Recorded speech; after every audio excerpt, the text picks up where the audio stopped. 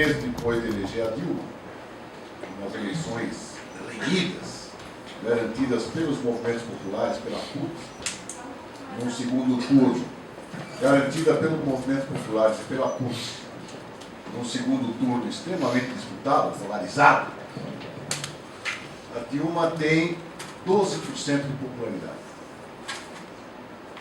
22% daqueles que votaram na Dilma, segundo a pesquisa que saiu ontem, os que votaram na Dilma, 22% consideram o governo bom ou ótimo. Portanto, 78% que votaram na Dilma e de regular para baixo. O partido da presidente não apita nada no Congresso Nacional. Se eventualmente tiver algum parlamentar aqui, pode confirmar isso. É tratado como um partido de segunda categoria. Não pega lugar nem nas mesas. Completamente isolado, inclusive pelos aliados, entre muitas aspas, que com aliados como esses, Kassab, Maluf, mais os 22 do PP que estão na Operação Lava Jato, né? O PMDB de Cunha e Renan, ambos na Operação Lava Jato, aliados como esse, né? Não precisa procurar muito inimigo. O partido ausente nas mobilizações. Né? Partido paralisado. Quando comemora seu 35º aniversário. E quem comanda a economia é o Chicago Boy. Literalmente o Chicago Boy. Né? Fala melhor inglês que português, a família vive nos Estados Unidos, não é? Sem dupla nacionalidade. E uma das últimas caneladas públicas que ele deu na Dilma, ele deu em inglês. Não é? Para um plenário composto por ex-alunos da Escola de Chicago de Economia. Não são neoliberais, são ultra neoliberais. O ministro Rosseto esteve na CUT no dia 5 de março. Colocou o cenário dificílimo, não havia nenhum problema no diagnóstico. Todos os oradores da CUT que falaram concordaram com o diagnóstico do ministro. As eleições foram duras, o PT saiu sancionado das eleições, vejam bem. A Dilma ganhou, mas o PT perdeu as eleições. O PT perdeu na quantidade e na qualidade. O PT perdeu 20% da sua bancada federal. 30% do conjunto das suas bancadas estaduais. O Aécio ganhou da Dilma em São Bernardo e Santo André.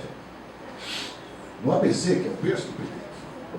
E também havia consenso de que, nesse cenário, quem garantiu a vitória da Dilma foi os sindicatos, os movimentos populares, o MST, até setores que não votaram na Dilma no primeiro turno, mas que viram no Aécio a ameaça do retrocesso. E nós destruímos a candidatura Marina dizendo que ela ia botar o Itaú no ministério. Botamos para desse. E nós ganhamos do Aécio dizendo que nem que a vaca-tussa vai mexer em direito trabalhista. E ao nomear o Levi, saem as MPs 664 e 665, que já foi explicado, todo mundo sabe qual é o significado. Ou como diz o senador Paim, que em reunião com o Lula e o Wagner segunda-feira passada, aqui em São Paulo, falou: eu não voto nessas MPs. Eu não posso admitir que o ajuste seja feito na população que ganha até 2 salários mínimos, porque é esse o ajuste que está sendo feito com as medidas provisórias de 664 e 665. Mesmo tipo de política econômica que já foi testado e comprovado os seus resultados, sabe onde? Na Europa. Não é? Corte de gasto público, ataque a direitos trabalhistas, e no andar de cima não se mexe. Quem foi o gênio que bolou essa estratégia? Né? De ao assumir o governo, não só nomear a Cátia Abreu, quando a ofensiva da direita aumentar, porque em 5 de março ainda não tinha o 15 de março. Mas nós da CUT já recebíamos pressões diárias de ministros, de figurões do PT, não façam nada. Não façam o 13 de março. Vocês vão provocar a direita. E foi o maior acerto político da CUT nos últimos anos ter chamado o 13 de março. Porque deu um ponto de apoio. Deu um ponto de apoio à resistência operária, popular, da juventude, essa ofensiva golpista da direita. Senão não teria ponto de apoio nenhum. Estava todo mundo com a cúpula do PT escondido debaixo da cama hoje. Só estamos numa situação que ainda nos possibilita enfrentar essa ofensiva, porque fizemos o 13 de março e mostramos nossa força.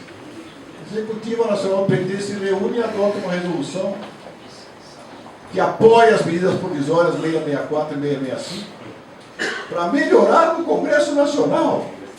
No Congresso Nacional mais reacionário desde 1964, como diz o diabo. Lá ia ser melhorado.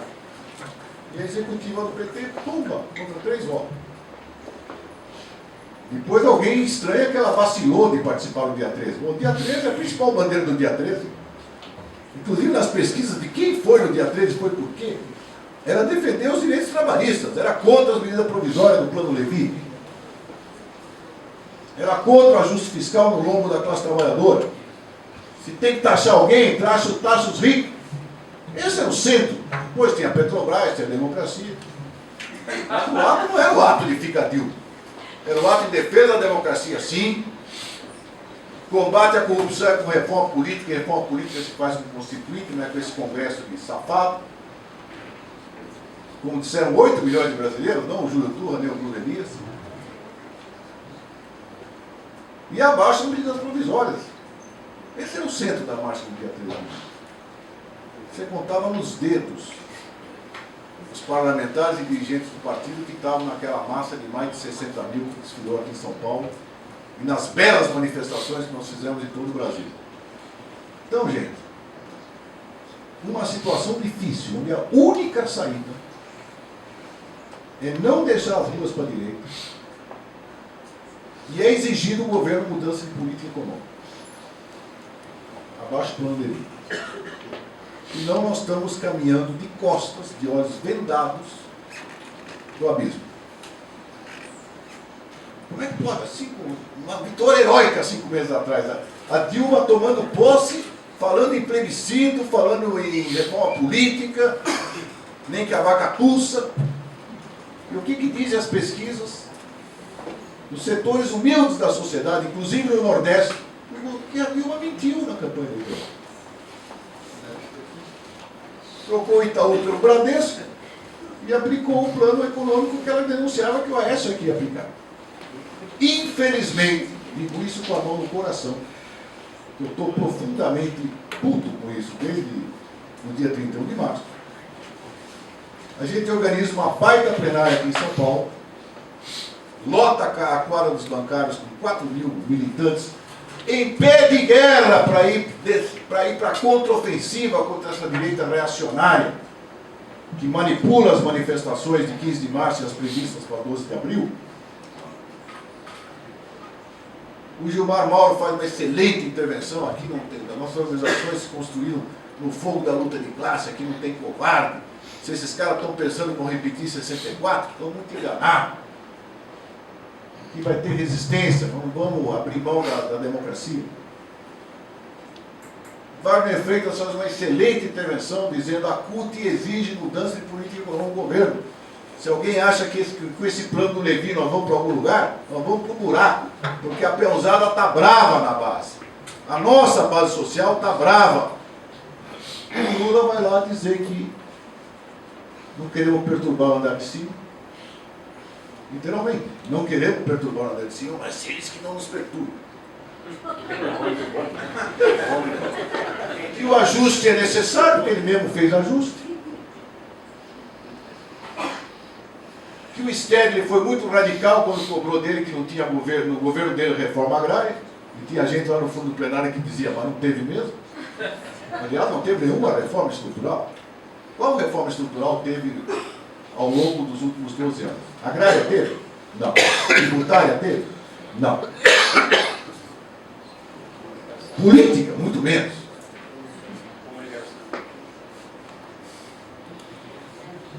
Gente, frutos de algo que na história da classe trabalhadora não é novo.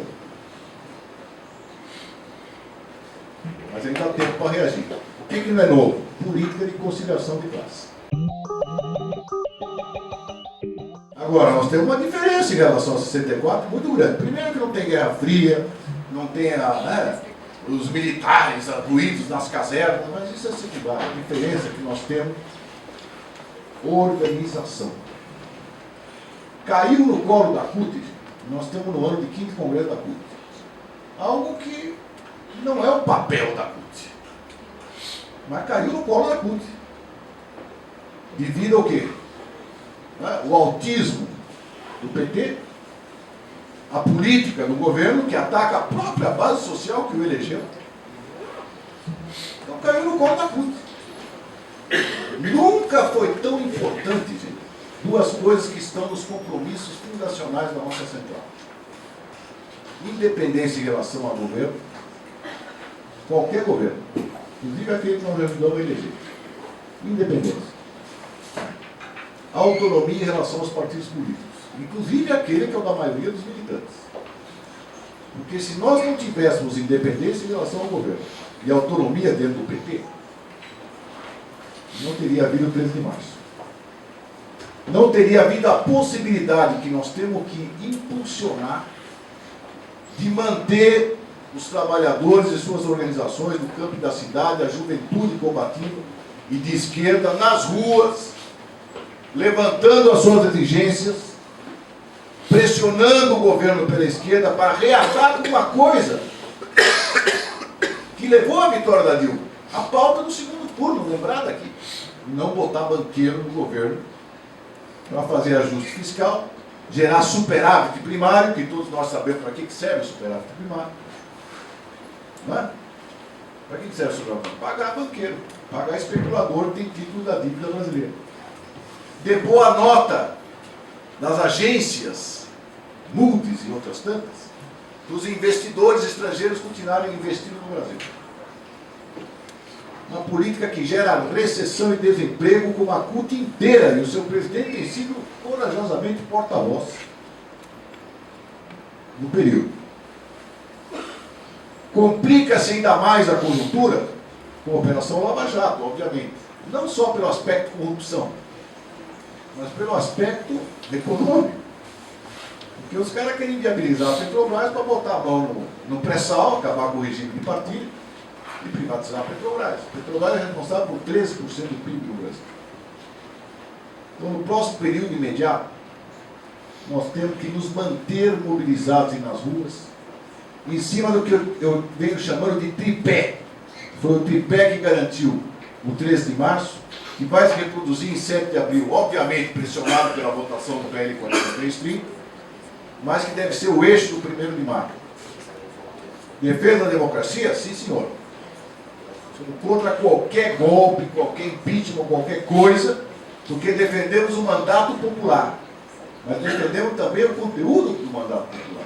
O conteúdo do mandato popular não é o plano de ajuste do Levin. Abaixo o plano do Levin.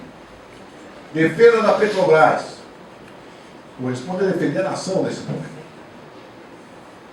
E defesa dos direitos trabalhistas, de forma incansável. Quem tem que pagar pela crise, pelo ajuste, pelo que seja, são os privilegiados de sempre. Os que têm as contas milionárias lá na Suíça, os que não pagam imposto com iate, com jatinho, esse bando de parasita que vive às custas de explorar o suor do povo brasileiro. O momento é grave, é difícil, é de unidade, mas é o momento também da gente se apoiar em tudo que nós construímos nesses últimos anos. Temos por baixo de organização, na CUT, no MST, na UNE, no Levante da Juventude, em todas as mobilizações, porque o junho de 2013 também decantou para a esquerda. Também liberou novos setores para reforçar a luta da esquerda. Essa é a enorme responsabilidade que pesa nos ombros de qualquer sindicalista da CUT hoje. Né? Porque uma coisa é certa. Se o PT não girar, não mudar de política, está condenado. Agora a CUT nós não vamos deixar desaparecer. porque a organização da classe trabalhadora como classe está jogando o papel que está jogando na conjuntura, e nós temos que defender essa conquista maior da classe trabalhadora brasileira, para que ela seja um ponto de apoio para reverter essa situação e partir para a contraofensiva. Obrigado.